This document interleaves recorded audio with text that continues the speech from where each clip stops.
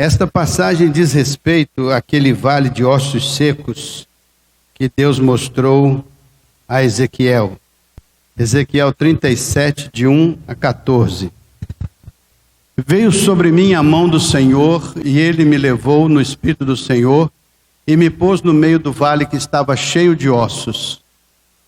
E me fez andar ao redor deles, e eis que eram muito numerosos sobre a face do vale, e eis que estavam sequíssimos. Ele me perguntou: filho do homem, poderão viver estes ossos? Respondi: Senhor, tu o sabes. Então me disse: profetiza sobre estes ossos e dize-lhes: ossos secos, ouvi a palavra do Senhor. E assim diz o Senhor Deus a estes ossos: eis que vou fazer entrar em vós o fôlego da vida, e vivereis. E porei nervos sobre vós, e farei crescer carne sobre vós, e sobre vós estenderei pele, e porei em vós o fôlego da vida, e vivereis. Então sabereis que eu sou o Senhor. Profetizei, pois, como ele me ordenara. Então o fôlego da vida entrou neles, e viveram, e se puseram em pé, um exército grande em extremo. Então me disse: filho do homem, estes ossos são toda a casa de Israel. Eis que eles dizem: os nossos ossos secaram-se, pereceu a nossa esperança, estamos de todo cortados. Portanto profetize e dize-lhes: assim diz o Senhor Deus: ei que vos abrirei as vossas sepulturas, sim, das vossas sepulturas vos farei sair, ó povo meu, e vos trarei a terra de Israel. E quando eu vos abrir as sepulturas e delas vos fizer sair, ó povo meu, sabereis que eu sou o Senhor.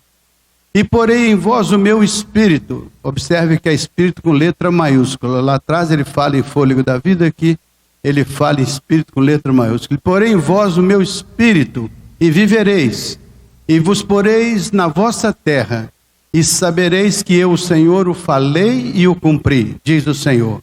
A palavra do Senhor veio a mim assim dizendo. Meus irmãos, este é o capítulo 37 do livro de Ezequiel. Então aí estamos falando deste vale de ossos secos.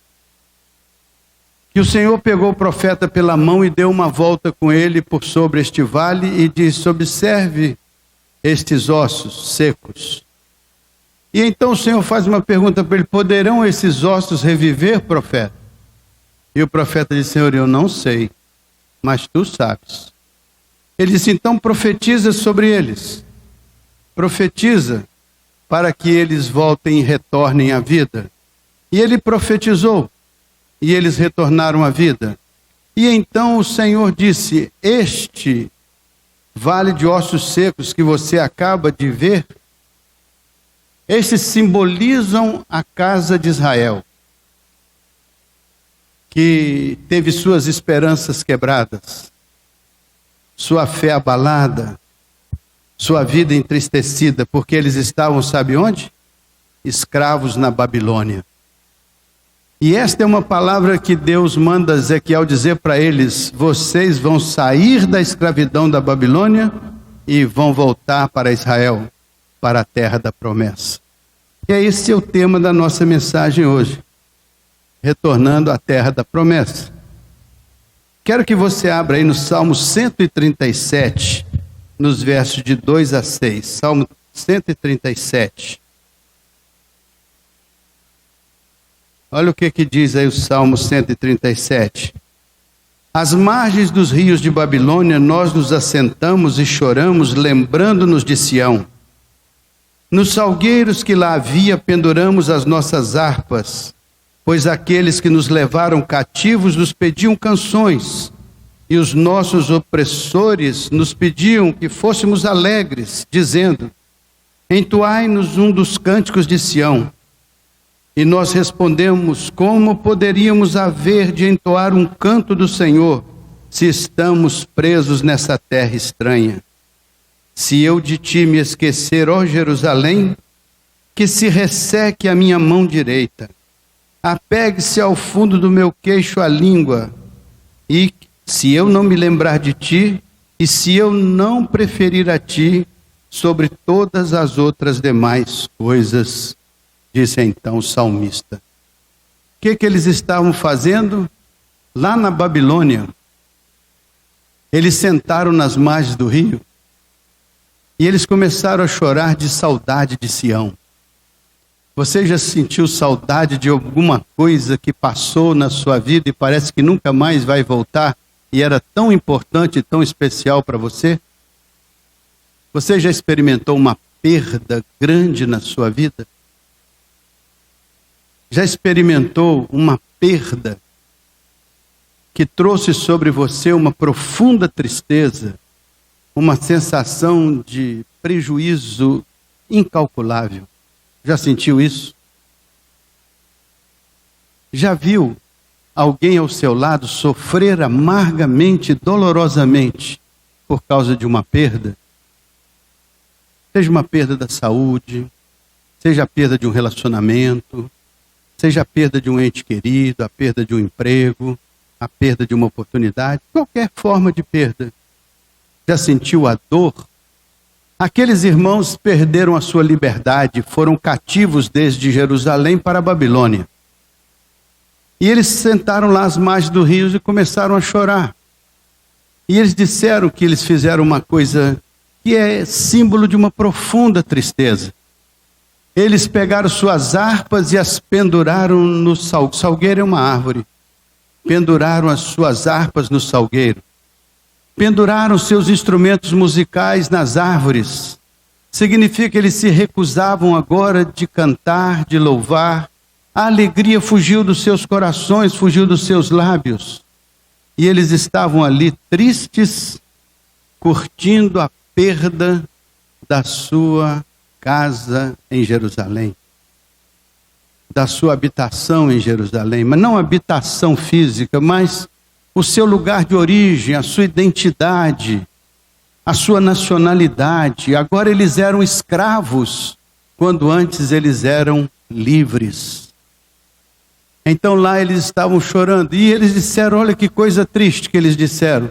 Então os que nos oprimem, os que nos magoam, os que nos maltratam, chegaram para nós e disseram a cada um de nós, cantai-nos um cântico de Sião, cantai-nos uma canção de Sião, queremos ouvir vocês cantando. E eles responderam, como cantaremos nós uma canção de Sião, se estamos segregados nessa terra estranha? Como cantaremos uma canção de alegria se estamos entristecidos às margens deste rio de Babilônia e já penduramos as nossas harpas no salgueiro? Como cantaremos nós se estamos desterrados? Fugiu-nos toda a esperança. É o que diz aqui no texto que nós lemos no verso 11. Então me disse, filho do homem, estes ossos são toda a casa de Israel. Eis que me disse, os nossos ossos se secaram, perdeu-se a nossa esperança e estamos de todo exterminados. Ezequiel estava morando com eles dentro da Babilônia. Ezequiel era o profeta que vivia com eles no mesmo contexto. Era um dos que chorava amargamente também a sua deportação. Mas ele não perdeu a sua sensibilidade, nem perdeu o seu propósito diante de Deus, nem Deus perdeu-se dele quando ele era nas mãos de Deus o seu profeta. E ele então pede ao Ezequiel, olha esse contexto geral, olha tudo isso, o que é que você vê? Um vale de ossos secos. Ele diz, pois a minha casa Israel é como se fosse uma montanha de ossos secos aqui nas margens do rio de Babilônia. E ele diz assim, poderão estes ossos reviver, profeta? É Deus perguntando para o profeta sobre o seu povo que estava na Babilônia, casa de Israel na Babilônia. Poderão esses ossos reviver? O profeta disse, eu não sei, Senhor. Poderá você reviver da sua dor? Poderá você reviver da sua perda? Poderá você reviver da sua tristeza? Poderá você reviver da sua frustração? Poderá você reviver daquilo que por alguma maneira fere, magoa, entristece o seu coração? Poderá você reviver destas coisas que parece que maltratando e maltratando vão se alongando e não tem fim? poderia você reviver? Poderiam aqueles irmãos reviver? O profeta diz, eu não sei. E você também muitas vezes vai dizer a mesma coisa, eu não sei. Eu não sei até quando vai durar esse momento de dor. Eu não sei até quando vai durar este meu desencanto. Eu não sei até quando vai durar esta situação que me faz entristecido, caído, choroso. Eu não sei. Eu não sei até quando vai durar essa minha expectativa frustrada que eu quero tanto realizar na minha vida. Ainda hoje falávamos com um casal a respeito da sua família e da sua filha, uma moça linda, que tem um projeto lindo de construir uma família, de ter filhos, mas ela disse, eu já tenho 40 anos e nunca encontrei um homem com quem eu pudesse construir, de fato, uma família. E ela disse, o tempo vai passando e ela vai se deixando tomar por uma frustração em relação a este sonho que parece não se realizar. E aí vão muitas coisas, como uma profissão que parece nunca se estabelecer, como um projeto que nunca termina, que nunca começa, nunca se desenvolve, nunca se conclui. Então a vida da gente parece que vai reproduzindo algum aspecto desses irmãos que estavam assentados às margens do rio de Babilônia. E às vezes não sentimos nada disso e somos felizes e alegres, que bom. Maravilha quando a vida sorri para nós de uma maneira especial, né? Que coisa boa. Mas nem sempre é assim. Às vezes estamos passando momentos difíceis. E ele pergunta ao profeta, isso pode acabar, pode ter um fim? Isso pode virar, pode reverter? Aí o profeta diz, eu não sei, Senhor, só o Senhor sabe. Parece que tem coisas que só Deus sabe. A gente não sabe, a gente não controla, a gente não domina, a gente não tem nenhum poder sobre determinadas coisas que ocorrem conosco, e nós às vezes ficamos com esta mesma sensação, eu não sei como vai ser, não sei de que maneira Deus vai agir. E o profeta diz, Senhor, só Tu sabes. E então o que o profeta diz com isso? Eu confio que qualquer que seja a situação que vai acontecer, ela não foge do controle do Senhor, ela não foge do controle daquele que sabe todas as coisas e pode todas as coisas. Então, quando ele diz que o Senhor sabia, o que ele faz? Ele chama o profeta e diz assim, então, profeta, agora você vai começar um processo de restauração da minha casa de Israel. Você vai começar um processo de restauração. É a mesma coisa que Deus pode fazer com você essa noite, começar com você um processo de restauração. Por que eu digo que é um processo de restauração? Porque você vai acompanhar o texto e você vai ver que Deus começa a restauração de dentro para fora. Ele começa lá no osso, e ele vai evoluindo para a musculatura, vai evoluindo para a pele, vai evoluindo para o espírito, vai evoluindo até que se põe de pé um exército grandioso, que não é mais um vale de ossos, mas é um exército restaurado, é uma nação restaurada, é um povo restaurado. Assim Deus pode fazer com você. Ele pode começar com você exatamente onde você está. E embora ninguém saiba o que possa ser feito, nem como possa ser feito, mas o Deus poderoso cuja mão está sobre a sua cabeça, Ele sabe. E Ele manda o profeta pregar para você exatamente o que Ele mandou o profeta pregar aqui. Profetiza sobre estes ossos. Os nossos irmãos do passado diziam lá no verso 11, pereceu toda a nossa esperança. Uma das coisas ruins de se perder na vida é a esperança. Porque quando você perde a esperança, você não fica no vazio, você fica na desesperança, que é a ausência da esperança. Você fica no desespero, não tem mais o que esperar. E é nesta desesperança que muitas vezes as pessoas se apavoram, porque elas não sabem o caminho a seguir, nem o profeta sabe. Mas pare um momento e ponha no seu coração esta frase: Deus sabe o que está acontecendo com você. Quando o profeta diz, eu não sei, mas o Senhor sabe, Deus sabe o que está acontecendo com você. Por isso você precisa ter um encontro muito pessoal e íntimo com Ele. Porque se você quer saber exatamente o que está acontecendo com a intimidade do seu coração, com o seu caminho, então a melhor maneira de você se autodescobrir e se autoperceber é aproximando-se do Senhor, estabelecendo com Ele uma profunda relação de intimidade. Estavam na terra estranha, estavam sem esperança. Estes ossos, pois, representam a vida de Israel, mas representam a nossa vida. Estamos desanimados e desesperançados. O profeta é chamado a pregar. E ele é levado pelo Senhor e ele viu um vale de ossos. No meio daquele vale de ossos, ele pensou: aqui só tem morte.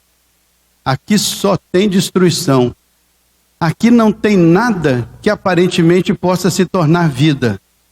E é isso que é a beleza do Evangelho. A Bíblia diz que nós estávamos mortos em nossos delitos e pecados, mas Deus nos amou e nos deu vida. Então o Evangelho é aquele que é capaz de trazer vida para dentro de qualquer coisa que aparentemente esteja morta. Os ossos eram secos, sequíssimos, e note que eles estavam desconjuntados entre si. Então não havia nada que pudesse sugerir vida. O que aquele vale sugeria era apenas morte, desorganização, desestruturação. Faz da gente lembrar das primeiras palavras do Gênesis, quando a terra era sem forma e vazia, e o Espírito de Deus pairava sobre a face do abismo, e o que havia era um grande caos. E o Senhor lança a sua palavra, e ao dizer faça-se, o caos vai tomando ordem, o caos vai tomando ordem, até que ele termina com a coroa da criação, que é o homem feito à sua imagem, conforme a sua semelhança. E daquele caos sobre o qual pairava a face do Senhor, aquele abismo que não tinha qualquer ordem, então com a palavra de Deus aquilo vai se ordenando, vai se organizando, vai se construindo, até que você tenha este mundo belo e maravilhoso criado pela palavra de Deus. Por isso que o Senhor disse ao profeta: prega. Por isso que ele diz: lança sobre esses ossos secos a minha palavra. E a minha palavra vai produzir o que humanamente falando parece impossível. Porque no olhar daquelas pessoas, no olhar do profeta, não havia o que fazer humanamente. Mas Deus sabia que nas mãos dele, aquilo que parecia morto, aquilo que estava ali, poderia passar por uma experiência transformadora e poderia ser restaurado. Porque Deus restaura as nossas vidas. Deus é capaz de recuperar aquilo que nós achamos que não tem recuperação. Deus é capaz de nos surpreender, operando com a sua palavra transformações tão radicais nas nossas vidas, que nós depois ficamos pensando e imaginando como é possível. Mas o que não é possível para o homem, é possível para Deus. Por isso que a Bíblia diz: se tu podes crer, completa para mim, tudo é possível àquele que crê. Então o que o Senhor está dizendo? Se você tem a capacidade de crer, se você tem uma fé bíblica, se você tem uma confiança no poder de Deus, se você tem uma confiança na palavra de Deus, então a Bíblia diz que tudo quanto você tem possibilidade e capacidade de crer, o Senhor é capaz de produzir e de realizar. Se você é capaz de crer, para Deus não há limites que Ele não possa realizar. Aquilo que na nossa cabeça for capaz de criar, no poder de Deus é capaz de ser realizado. Se nós nos ajustarmos com Ele, e se nos assentarmos com Ele, e se fizermos o nosso arrazoado com Ele, e se Ele entende, juntamente conosco, que aquilo que nós estamos apresentando perante Ele é uma bênção para a nossa vida, para o contexto em que vivemos e para os propósitos do seu reino, então você se surpreenderá com bênçãos tão extraordinárias que Ele faz cair sobre a nossa vida que a gente nem imaginava. Então, o profeta foi chamado a profetizar e ele diz assim: profetizei conforme me fora mandado. Essa é uma característica do profeta. Ele não pode falar de si mesmo. Ele não pode falar do que ele acha. Ele não vive de um achismo pessoal. O profeta tem que ser fiel à palavra do Senhor. Ele diz assim: eu profetizei conforme me foi mandado, conforme foi instruído.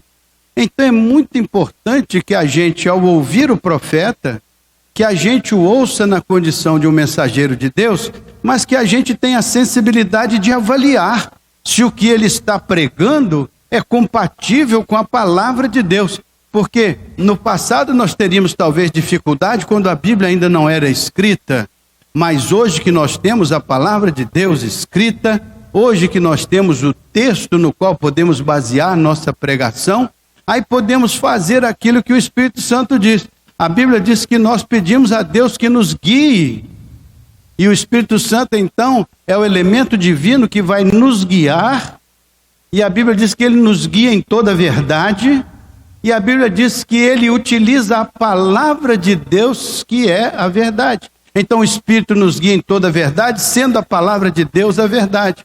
Então o profeta agora tem que ser capaz de perceber nas páginas da Escritura o que é que o Senhor tem como proposição para o seu povo, e o Espírito Santo utiliza isso e aplica no seu coração e transforma esta mensagem, pela fé que vem pelo ouvir, numa crença que vai fazer com que você descanse no Senhor, sabendo que Ele fará o cumprimento da sua palavra na sua vida, porque o Senhor diz: eu velo sobre a minha palavra para a cumprir, e eu a farei prosperar naquilo para o que eu a enviei. Então Deus tem enviado a sua palavra com um propósito, Ele tem enviado a sua palavra com um projeto, e Ele diz que Ele cuida da sua palavra para que ela se realize. Ele cuida da sua palavra para que ela se torne verdade na experiência de cada um de nós. A Bíblia chega a dizer que a palavra de Deus é como uma espada penetrante. Ela penetra até o interior da nossa alma. Ela vai até a intimidade do nosso coração. Ela separa dentro de nós as questões que precisam ser separadas. E o mais importante é que a palavra de Deus serve para discernir as intenções do coração. A palavra de Deus serve para trazer de dentro para fora o avesso das nossas vidas. Não há psicólogo que tenha um poder maior do que esse, de trazer de dentro de nós para fora as motivações do nosso coração, as tristezas da nossa alma. Quando o salmista diz: porque estás abatida, ó minha alma, e porque te perturbas dentro de mim, espera em Deus, pois ainda o louvarei. Então tinha consciência de que a palavra do Senhor, a ação do Senhor, entrando na nossa vida, traz uma consciência, traz um discernimento, traz uma compreensão. E às vezes aquela nossa luta, aquela nossa dor, aquela nossa frustração começa a fazer um certo sentido na nossa vida, e nós começamos a nos organizar com o nosso Deus, começamos a nos construir como pessoas instruídas e orientadas pela palavra profética, e de repente aquilo que era uma angústia, que abatia a nossa alma por causa da nossa ignorância sobre o propósito de Deus, vai clareando, clareando, clareando, e quando nos damos conta, nós estamos instruídos na palavra, e podemos fazer como Paulo disse: eu aprendi a padecer necessidades, a passar por tribulações, a superar as angústias mais difíceis. Eu aprendi, estou instruído, de modo que eu posso todas as coisas naquele que me fortalece. Saia então daquele ambiente de vítima que está carregando sobre si as condições que frustram e que destroem, para aquela condição de alguém que vai compreendendo, entendendo, administrando, avaliando, compreendendo cada vez mais e cada vez melhor, com base na palavra profética que chega pelo ouvido e entra pela fé em nossos corações. E uma vez que isso nos alcança, nós começamos a construir, meus amados irmãos, uma novidade de vida. É como se Deus fosse nos tirando do vale de ossos secos e fosse nos colocando com os pés firmes na rocha. Esperei com paciência pelo Senhor, e Ele se inclinou para mim e ouviu o meu clamor. Tirou-me de um fosso de destruição, tirou-me de um lago de destruição, de um tremedal de lama, e firmou os meus pés sobre a rocha. Tirou lágrimas dos meus olhos, tirou o choro dos meus lábios, e colocou uma canção. Muitos verão isso e confiarão no Senhor, porque o Senhor foi aquele que pela palavra profética me alcançou, me resgatou e firmou os meus passos. Aqueles irmãos estavam vivendo uma perda difícil, consequência dos seus pecados.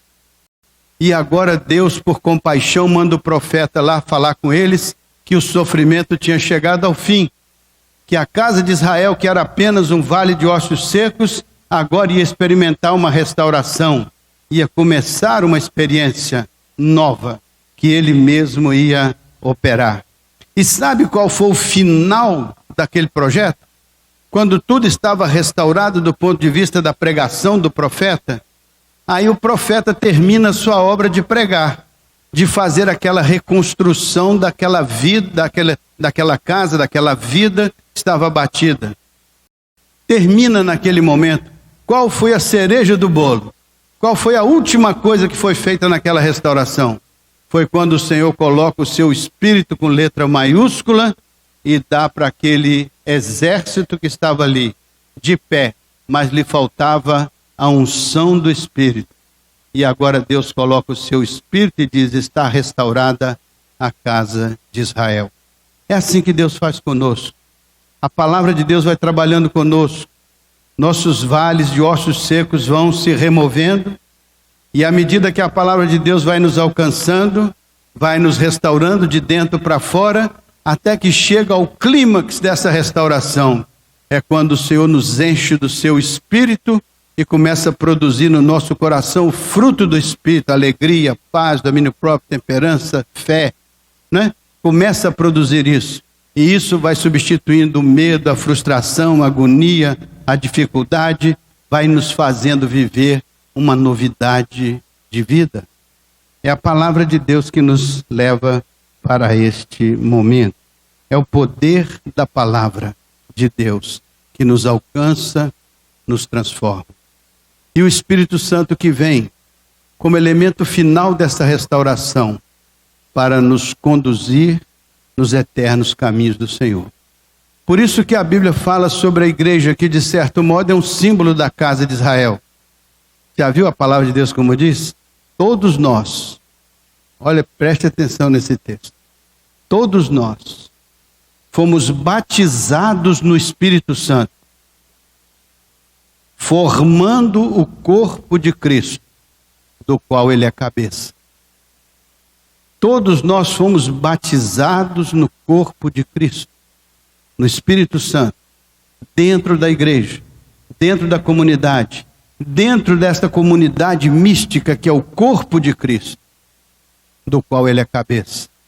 Então, meus irmãos, nós fomos mergulhados no Espírito, o Espírito foi mergulhado em nós. Por isso que a Bíblia diz que o nosso corpo é o templo do Espírito Santo, é a habitação de Deus. Jesus disse aos seus discípulos: eu e meu Pai viremos para vós e faremos em vós morada. Significa que a restauração que começa de dentro para fora se conclui com esse batismo da sua vida no Espírito Santo, integrando você na comunidade dos salvos, integrando você na família de Deus, fazendo de você uma nova criação, nascida do alto, nascida do Espírito. Então você começa a perceber que você não é um vale de ossos secos, você é uma vida restaurada, você é uma vida reconstruída, você é uma vida trabalhada pela palavra profética de Deus, você é uma vida que vem sendo trabalhada de dentro para fora. Por isso que a Bíblia fala que nós temos que ter um sentimento de profundo arrependimento daquelas coisas que dentro de nós nos maltratam, nos machucam, e isso deve ser confessado ao Senhor, deve ser objeto de um perdão do Senhor, deve ser lançado no fundo do mar, porque desaparece da memória de Deus, e se desaparece da memória de Deus, tem que desaparecer também da nossa memória, porque Deus não fica dragando o mar para jogar na cara de ninguém os pecados cometidos. Ao contrário disso, elimina isso da sua vida, porque Ele te cura de dentro para fora, faz de você uma nova criatura, traz você para uma novidade de vida e diz: eis que faço novas todas as coisas. Então você, nas mãos de Deus, é uma restauração, é uma vida recuperada, é uma vida reconquistada, é uma vida resgatada. Por isso que a palavra de Deus, ao falar de salvação, fala de resgate, fomos resgatados da nossa vã maneira de viver para uma novidade de vida. Então, se naquele dia Deus falou com o profeta, profetiza sobre a casa de Israel, diz que chegou ao fim do seu sofrimento, pode sair das margens de Babilônia, pode pegar suas harpas no salgueiro, pode vir aqui para o coral e pode cantar alegremente, porque Deus abriu para você as portas da esperança, as portas das oportunidades, porque Ele se propôs a fazer uma restauração na sua vida, de dentro para fora. Isso que é o Evangelho. O mesmo poder que ressuscitou Jesus Cristo da morte, o mesmo poder que ressuscitou Jesus Cristo da morte, vou repetir, o mesmo poder que ressuscitou Jesus Cristo da morte, é o poder que opera em vós. Isso é bíblico, meu irmão. E se você tem esse privilégio, e se você sabe disso, por que não entregar-se a isso? Coloque-se nas mãos de Deus. Deixe a palavra de Deus fazer esse trabalho de penetração na sua vida, trazendo de dentro para fora tudo o que precisa ser colocado no altar do Senhor. Coloque com fé e confiança, porque o Senhor não tem a menor intenção de te machucar ou de te maltratar. Ele tem a intenção de curar, de sarar, de salvar. Sabe quem veio para matar, roubar e destruir? Foi exatamente o adversário do Senhor. Enquanto o Senhor vem para restaurar, para salvar, Ele veio buscar e salvar o que se havia perdido, aquilo que se perdeu por alguma razão. Isso vai ser resgatado nas mãos do Senhor. Você perdeu alguma coisa, como no início desta fala? Alguma coisa perdida? Há uma coisa que está trazendo para o seu coração uma frustração, uma tristeza? Peça ao Senhor para colocar o Espírito Santo dentro de toda esta história, fazendo uma restauração, e Ele vai colocar na sua vida o de que você necessita para viver as alegrias do Espírito. Se você não puder ter a restituição daquilo que se perdeu, você pode ter a unção do Senhor para complementar no seu coração tudo de que você necessita para experimentar a bênção de Deus, mesmo acima e além das circunstâncias.